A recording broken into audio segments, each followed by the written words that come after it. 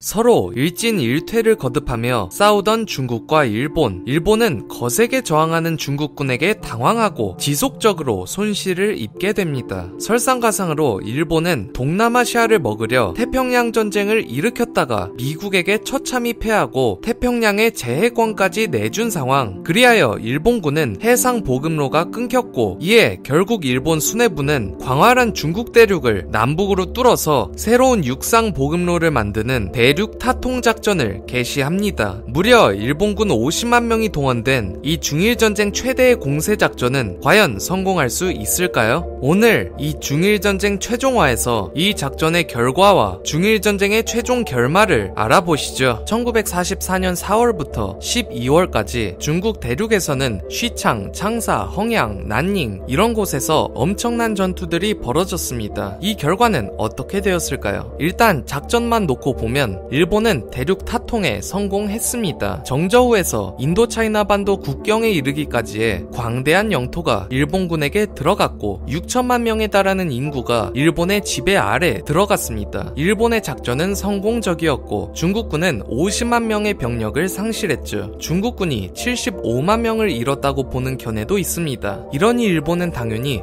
드디어 성과를 냈네 싶었죠. 그러나 문제는 작전이 끝난 다음이었습니다. 성공은 했지만 막상 일본군은 계획한 것을 하나도 못하게 된 것이었죠. 이게 무슨 일인가 하니 일본은 물자를 육로로 수송하기 위해 작전을 벌였다고 말씀드렸는데 이제 작전이 성공하고 수송을 할 단계가 되니까 일본은 심각한 문제에 직면합니다. 육로 수송을 하려면 당연히 열차를 통해서 철도로 수송해야 할 텐데 일본군은 정작 수송에 필요한 열차가 매우 부족했던 것이었죠. 당연히 이러면 수송은 할 수가 없습니다. 아니 좀 열차를 많이 만들어 놓지 왜 이랬는지는 저도 잘 모르겠습니다. 게다가 사실 그것 말고도 문제가 있던 게 기껏 수송을 한다 해도 중국군 게릴라는 그 광활한 철도 군데군데에서 시시때때로 나타나 습격을 가해 철로를 못쓰게 만들었습니다. 그 긴 철도 전체를 일본군은 방어할 수 없으니 철도는 언제든지 끊길 위험에 노출되었던 것이었죠. 즉 대륙 타통 작전은 애초부터 성공할 수가 없는 목표를 가진 작전이었습니다. 일본군은 이 작전으로 10만 군사를 잃었지만 얻은 것은 거의 없었죠. 그런데 정말 어처구니 없는 것은 일본은 대륙 타통 작전이 완벽하게 성공할 때를 미리 상정해 놓고 중국 너머에 인도까지 진격하는 작전을 구상하고 있었다는 것이었습니다. 그래서 일본은 비슷한 시기 인도 진격에 초석을 깔기 위해 버마 진격 작전인 인팔 작전을 개시한 바 있죠. 하지만 이때 우리에게도 잘 알려진 일본군의 삽질 마스터 무타구치 레냐가 인팔 작전을 이끌었다가 보급을 등한시하여 폭망했고 10만에 가까운 피해를 내고 실패해버렸습니다. 따라서 일본군의 인도 진격 계획 역시 수포로 돌아가죠. 즉 일본군의 일련의 작전은 허황된 꿈을 쫓기 위한 허황된 작전이었고 일본군은 애꿎은 자국 병사만 도합 20만 가까이나 소멸되었던 것이었죠. 이제 상식적인 판단을 할 수 없는 지경에까지 이른 일본이었습니다. 그러니 당연하다면 당연하게도 이후 전세는 중국과 미국에게 유리해지죠. 미국은 유능한 웨드마이어 중장을 중국의 군사 고문으로 파견해 막대한 피해를 입은 중국군을 재건하여 중국을 도왔습니다. 참고로 기존에는 미국은 중국에게 스틸웰이라는 사람을 군사 고문으로 파견했었지만 그가 워낙 무능했기 때문에 중국군에게 도움은커녕 피해만 주었다가 이 시기쯤 드디어 유능한 웨드마이어 중장으로 교체했던 것이었죠. 그렇게 중국은 복구되는 가운데 1945년 초가 되자 태평양 전선에서 일본은 중요한 거점인 괌, 사이판 섬을 점령하여 그곳에서 미 폭격기가 발진해 일본 본토가 폭격당하는 상태였고 중국과 미국은 연합공군을 결성, 중국의 일본군 철도를 지속적으로 폭격하고 있었습니다. 그러니 일본군에게 물자 공급이 제대로 되지 않았죠. 실책을 어떻게든 만회하기 위해 1945년 3월에서 5월 일본군은 라오어커우 지장을 공격했지만 이제는 그들도 한계에 다다라 중국군에게 반격당해서 큰 피해마저 입었죠. 일본군은 이제 공세 능력을 잃어버렸던 것이었습니다. 일본의 패색은 뚜렷하게 짙어져가고 있었죠. 그리고 1945년 4월이 되자 일본은 사실상 빈사 상태가 됩니다. 태평양 전쟁에서 밀리고 밀려서 일본의 거점 오키나와까지 점령된 것이었죠. 오키나와는 일단 함락되면 일본 본토가 미국에게 타격받게 되기 때문에 절대 먹히면 안 되는 곳이었지만 미군은 엄청난 병력을 동원해 때문에 이곳을 점령했죠. 그리고 이미 일본의 상황은 암울한 상태였던 게 수도 도쿄에는 대공습이 가해져 일본 국민 10만 명이 사망했고 각종 대도시들은 모조리 미군의 폭격에 파괴되고 있던 것이었습니다. 이때쯤 되면 2차 세계대전 전체로 보면 추축국인 독일, 일본, 이탈리아가 전부 다 폭망하던 시점이었죠. 이 절망적인 시기에 일본에게 마지막 희망은 독일이었습니다. 당연히 독일이 추축국 중에서 가장 강력한 포스를 풍겼기 때문이었죠. 그러나 이 희망마저 박살나고 맙니다. 소련에게 패퇴하다가 1944년 6월 연합군의 노르망디 상륙작전으로 양면 전선에 휘말렸고 결국 독일은 베를린이 함락되고 1945년 5월 항복했던 것이었죠. 참고로 2차 대전에서 트롤의 대명사였던 이탈리아는 1943년 일찌감치 항복했던 터였습니다. 이제 추축국은 모두 몰락했습니다. 남은 것은 오로지 일본뿐이었죠. 그런 상황에서 중국은 이제 희망을 보고 일본에 죽을 힘을 다해 저항하고 있었죠. 하지만 일본군은 중국군보다는 강했기 때문에 그나마 일본이 버티고는 있었는데 하지만 그런 일본에게 드디어 사형 선고가 내려집니다. 소련이 참전하기로 결정한 것이었죠. 소련은 노르망디 상륙작전 한참 전인 1941년부터 나치 독일과 총력전을 벌이느라 여념이 없었습니다. 하지만 1945년 히틀러가 자결하고 독일이 패전했으니 이제 소련은 일본으로 총구를 겨눌 수 있게 된 것이었죠. 그래서 소련은 얄타 회담에 따라 1945년 4월 일소 중립조약을 파기, 일본과 전쟁을 하기로 결심하고 극동으로 병력을 수송했죠. 그러자 일본군 수뇌부는 화들짝 놀랐고 소련을 상대하기로 결정, 그 과정에서 부랴부랴 중국의 병력을 동쪽으로 철수시키기 시작합니다. 이제 완전히 전세가 불리해지고 나니까 그제서야 일본은 자기가 먹은 중국 땅을 포기하는 생각을 한 것이었죠. 하지만 당연히 너무 늦어 있었습니다. 그러자 이제 중국군에게 때가 왔죠. 후퇴하는 일본군을 중국군이 추격하여 그들은 난닝, 이산, 류저우, 구일인을 탈환했습니다. 또한 일본은 그쯤 되면 중국, 미국, 영국, 소련을 상대해야 했던 상황, 이길 확률은 남아있지 않았으므로 드디어 승기를 포착한 중국은 일본군에 대반격을 하기로 합니다. 그리고 미국과 협력하여 반격작전을 이반하는데 독일이 무너졌으니 온 병력을 일본과의 전투에 투입할 수 있던 미국은 중국을 물심양면으로 지원하기로 했고 그렇게 미중이 합동하여 중국 대륙의 일본군을 격퇴해내는 카보네이도 작전이 수립되었는데 이 작전에서는 패튼, 트러스콧 같은 미국의 쟁쟁한 장성들이 총출동하여 일본을 격퇴하기로 되어 있었죠. 이 작전은 1946년 초부터 실행될 계획이었습니다. 그러나 카보네이도 작전은 실현되지 않죠. 그보다 일찍 1945년에 일본 땅에는 두 차례의 폭음이 울리게 됩니다. 하나는 히로시마, 하나는 나가사키에서였죠. 즉 일본은 이 두 곳에 원자폭탄을 투하당했던 것이었습니다. 이에 일본 수뇌부는 패닉에 빠졌고 설상가상으로 소련군은 일본에게 선전포고하고 1945년 8월 9일 광복 6일 전 만주로 진격했죠. 결국 일본 수뇌부 스스로가 전쟁에서 이길 확률은 없다는 것을 드디어 깨달았고 절망에 빠진 일본은 결국 항복했던 것이었습니다. 1945년 8월 15일 전 세계 주요 도시에서 일본의 항복과 종전을 알리는 뉴스가 발표되었죠. 중국인들은 갑작스러운 승전을 전달받게 되었습니다. 이에 중국인들은 기쁨의 도가니에 휩싸였고 중화민국의 깃발이 곳곳에서 휘날렸죠. 하지만 이런 기쁨의 이면에 중국인에게는 뭔가 허탈한 감정도 있었습니다. 사실 중국은 일본에게 빼앗긴 영토를 스스로 모두 되찾고 중국 땅에서 적을 모조리 몰아내고 싶어 했습니다. 그리고 수도 베를린이 함락되어 몰락했던 독일처럼 중국도 자신의 영토를 탈환한 뒤 연합군이 일본 본토로 진격해 도쿄를 함락시키고 일본을 이기는 줄 알았던 것이었죠. 하지만 이럴 새도 없이 일본은 갑작스럽게 항복을 했고 급작스레 전쟁이 끝나버렸습니다. 또한 중국이 허탈했던 것은 일본의 항복 당시 중국에 주둔하던 일본군은 100만 명이나 되었는데 중국군은 이들을 섬멸할 수 없었다는 것이었습니다. 연합군은 일본이 항복할 시의 조건들을 명시한 포츠담 선언에서 제9항에 일본이 항복하면 각지의 일본군과 일본인들은 무장 해제 후 본국으로 송환될 것이라고 명시했기 때문이었죠. 그래서 중국 내의 일본군들은 미군에게 무장 해제되고 본국으로 송환되었습니다. 그렇게 전쟁은 어느 날 갑작스럽게 끝났죠. 하지만 그에 비해서 중국은 너무나도 큰 상처를 입었습니다. 중일전쟁은 군민 합해 중국 사상자가 2천만이 넘는 것으로 추산되며 일부 중국 학자들은 기아, 질병까지 포함해 최대 3,500만 명이라고 주장하기까지 하죠. 또한 중국의 사회 기반 시설들도 파멸적인 피해를 입었습니다. 한편 일본군은 50만 명에 가까운 전사자가 나왔죠. 부상자 및 행방불명자는 240만 명이었으니 일본도 많은 피해를 냈습니다. 정말 양측 어마어마한 사상자가 난 거대한 전쟁이었던 것이었죠. 그런데 궁금한 점이 있습니다. 그렇다면 그 이후에 중국은 어떻게 되었을까? 라는 것이죠. 일단 일본의 침략을 맨 앞에서 막아낸 이는 당연히 국민당의 장제스였습니다. 그러니 항일투쟁을 가장 최전선에서 지휘한 선두주자로서 그의 명성은 드높아지고 대륙의 주도권을 장악하는 것이 다음 수순이라고 생각될 수도 있습니다. 하지만 그러지 못했죠. 의외로 전쟁이 끝나자 국민당은 심각한 위기에 봉착하게 되니 바로 중국 공산당 때문이었습니다. 앞서 말씀드렸듯 공산당은 중일전쟁 동안 일본군은 최소한으로 상대하며 자신의 세력만을 불렸고 그 결과 1937년 4만 5천 명에 불과했던 공산당 군은 1945년 8월에는 정규군 130만 명, 민병 268만 명에 달하는 거대한 세력이 되어 화북지역 대부분을 장악하고 있었습니다. 그리고 공산당군은 이러한 대규모 병력을 바탕으로 전쟁이 끝나니까 만주와 화북으로 진격하여 능력이 닿는 데까지 최대한 영토를 장악했습니다. 그렇게 영토까지 불린 공산당, 결국 이들은 어마어마하게 커졌고 이제 마오쩌둥은 자신의 공산당을 국민당과 대등한 관계로 만들고 싶어하게까지 되었죠. 당연히 자신이 주도권을 가졌었는데 난데없이 공산당이 이렇게 커지니까 장제스는 그것을 결사코 반대했고 이에 국민당, 공산당 간의 협상을 했으나 결국 결렬되고 피할 수 없던 양측의 갈등은 폭발하여 1946년 장제스의 국민당군이 공산당군을 공격하고 국공내전이 발발하게 되었습니다. 그리고 이 내전의 결과는 다들 아시다시피 국민당이 패배하고 공산당이 승리했습니다. 공산당은 만주 주민의 민심을 얻었고 소련의 전폭적인 지원을 받은 것이 승리의 원인으로 꼽히죠. 패배한 국민당은 대만으로 피신했고 그렇게 중국 땅에는 중국 공산당의 중화인민공화국이 세워지고 장제스의 국민당은 타이완 섬으로 가서 대만이 성립되죠. 장제스는 자신이 중일 전쟁에서 거의 국민당 혼자의 힘으로 버텨냈음에도 결국 공산당을 완전히 제거하지 못한 채로 전쟁에 임했다가 공산당에게 중국 대륙을 내주고 말았던 것이었습니다. 장제스는 대만의 총통이 되어 통치하다가 1975년 사망했죠. 이로써 중일전쟁과 그 후의 이야기까지 마무리되었습니다. 그렇다면 이 중일전쟁이 남긴 것은 무엇이었을까요? 일단은 중국과 일본 간의 관계가 이 전쟁으로 험악할 정도로 악화되었습니다. 이 전쟁에서 벌인 일본군의 각종 만행으로 인해 중국은 일본에게 엄청나게 좋지 않은 감정을 품게 된 것이었죠. 지금도 양국 간 관계는 대단히 좋지 않습니다. 그러나 이것의 의미는 곧 중일전쟁이 일본 제국의 팽창 야욕을 저지하는 결과를 남겼다는 방증이기도 할 것입니다. 사실 일본이 중일전쟁에서 이기고 중국을 통째로 삼켰다면 일본 제국은 정말 끝없이 팽창했을지도 모르는 일이었죠. 하지만 중국이 맹렬하게 막아주었기 때문에 일본에게는 비상이 걸렸고 결국 이를 타개하기 위해 일본은 동남아를 먹으려다가 미국과 전쟁이 붙어 태평양 전쟁이 발발, 미국이 일본과 붙게 되었죠. 즉 중일전쟁에서 중국이 항전을 벌였기 때문에 일본이 곤란한 처지가 되었다고도 볼 수 있는 것이죠. 하지만 우리에게 안타까운 것은 이 중일전쟁이 벌어지는 바람에 중국 국민당이 일본을 온전히 막아서고 그 사이에 중국 공산당이 세력을 불려서 결국에는 중국 대륙을 장악하게 되었다는 것입니다. 이것은 6.25 전쟁 때 한반도에 대한 중공군의 개입으로 이어졌기 때문에 우리에게는 아쉬운 대목으로 남기도 하죠. 자, 이렇게 중일전쟁이 마무리되었습니다. 사실 중일전쟁은 굉장히 시사점도 많고 회자될 만한 것도 많다는 점에서 시청자분들께서 알 가치가 매우 충분한 역사라고 생각했습니다. 2차 대전은 히틀러의 나치 독일과 연합군이 벌인 유럽전선 그리고 미국과 일본이 벌인 태평양 전쟁의 임팩트가 워낙 커서 엄연히 2차 대전 중 하나였던 중일전쟁은 상대적으로 덜 조명받은 측면이 있습니다. 그래서 이런 비교적 덜 알려진 중일 중일전쟁이라는 역사를 여러분들께 소개해드리면 역사 이해에 도움이 많이 되실 것 같아서 이렇게 여러 편에 걸친 시리즈로 총정리를 해드렸습니다. 이 시리즈를 통해 여러분들께서 중일전쟁의 전개 과정을 알게 되시고 세계 역사를 한층 더 깊게 이해하게 되셨기를 바라며 영상 마치겠습니다. 감사합니다. 역사는 원래 재밌다. 별별 역사였습니다.